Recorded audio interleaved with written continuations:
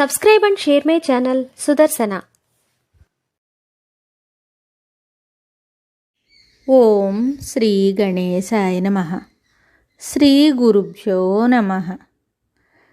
జగద్గురు శ్రీ శ్రీ శ్రీ చంద్రశేఖరేంద్ర సరస్వతి మహాస్వామి వారి గురించి నీలంరాజు వెంకటశేషయ్య గారికి మరికొందరు భక్తులకు కలిగిన అనుభవాలను అనుభూతులను తెలుసుకుందాం. 1963 ఆశ్వేజ మాసం తిరుచిరాపల్లిలో జాతీయ కళాశాల వద్ద నవరాత్రి ఉత్సవాలు జరుపుతున్నారు. పంచకామకోటి పీఠాధిపతులు చంద్రశేఖరేంద్ర సరస్వతి, శ్రీ జయేంద్ర సరస్వతి. ఉత్సవం తిలకించడానికి వచ్చే వేలాది భక్తుల నిమిత్తం విశాలమైన పందిళ్ళు వేశారు. ఆ 9 రోజులు పెద్ద స్వాములు దీక్షలో ఉండి నవరాత్రులకు సంబంధించిన కార్యకలాపాలను స్వయంగా కొనసాగిస్తున్నారు. ప్రముఖులైన వారికి ప్రత్యేక దర్శనాలు, ఇంటర్వ్యూలు వగైరా రద్దు చేశారు. ఆ 9 రోజులు స్వామి దర్శనానికి వచ్చిన భక్తులలో సుమారు 90 సంవత్సరాల వయసు గల ఒక వృద్ధురాలున్నది. వార్ధక్యానికి తోడు ఆమెకు కళ్ళు కూడా కనిపించవు.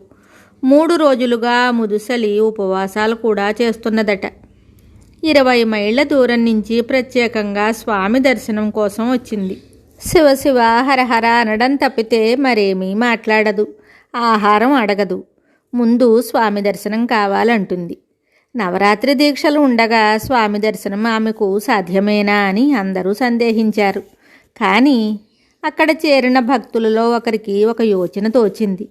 గదిలో నుంచి స్వామి ఒక ద్వారం గుండా రోజుకు 1-2 మార్లు వెలుపలికి వస్తుంటారు.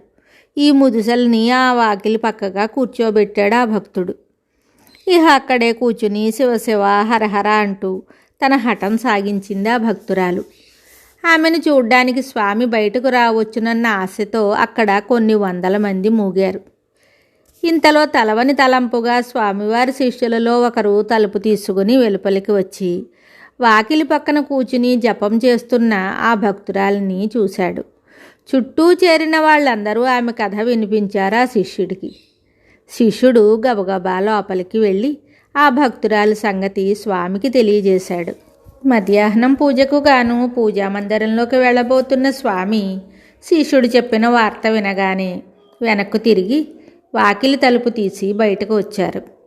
ఎర్రని ఎండలో శివశివ హరహర అంటూ కూర్చున్న వృద్ధురాలిని చూశారు. ఏం పాటి అవ్వా, నేను నిన్ను చూడటానికి వచ్చాను. ఎంతసేపటి నుంచి ఇక్కడ కూర్చున్నావు అని అరవంలో అడిగారు స్వామి ఆ అవ్వను. ఆమెకు కాస్త చెవుడు కూడా ఉన్నందున చుట్టూ ఉన్న భక్తులు ఆమెకు వినిపించారు స్వామి మాటలు.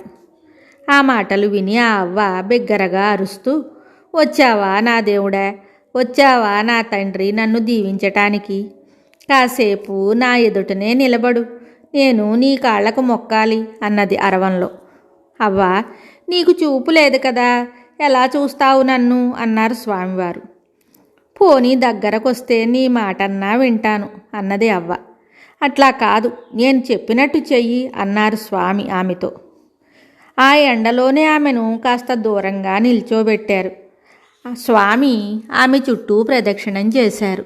ఆ ప్రదక్షిణంలో 8 దిక్కులలో ఒక్కొక్క దిక్కులో ఒక్కొక్క క్షణం ఆగుతూ, నేను నీకు కనబడుతున్నానా, నన్ను నీవు చూస్తున్నావా అని అడిగారు స్వామి అవ్వను. నీ కాషాయ వస్త్రం కనిపిస్తున్నది, చేతిలో నీ దండం కనిపిస్తున్నది అంటూ వరుసగా వర్ణించింది స్వామి రూపమంతా. స్వామి ప్రదక్షిణం పూర్తి చేసేసరికి 20 ఏళ్ల క్రిందట నిన్ను నేను చూసినప్పుడు నా కళ్ళకు ఎట్లా కనిపించావో ఇప్పుడు మళ్ళా అట్లాగే అచ్చం అట్లాగే కనిపిస్తున్నావు నా తండ్రి అన్నది. స్వామికి సాగిలపడి నమస్కారం చేసింది. చుట్టూ ఉన్న భక్తులంతా ఆశ్చర్య సంభ్రమాలతో ఆ అంధురాలి గురుభక్తిని ఒకటే పొగిడారు. స్వామి మహిమలు కొనియాడారు. మరికొన్ని విషయాలతో మళ్ళీ కలుద్దాం. జయ జయ శంకర, హరహర శంకర. శుభం. Subscribe and share my channel Sudarsana.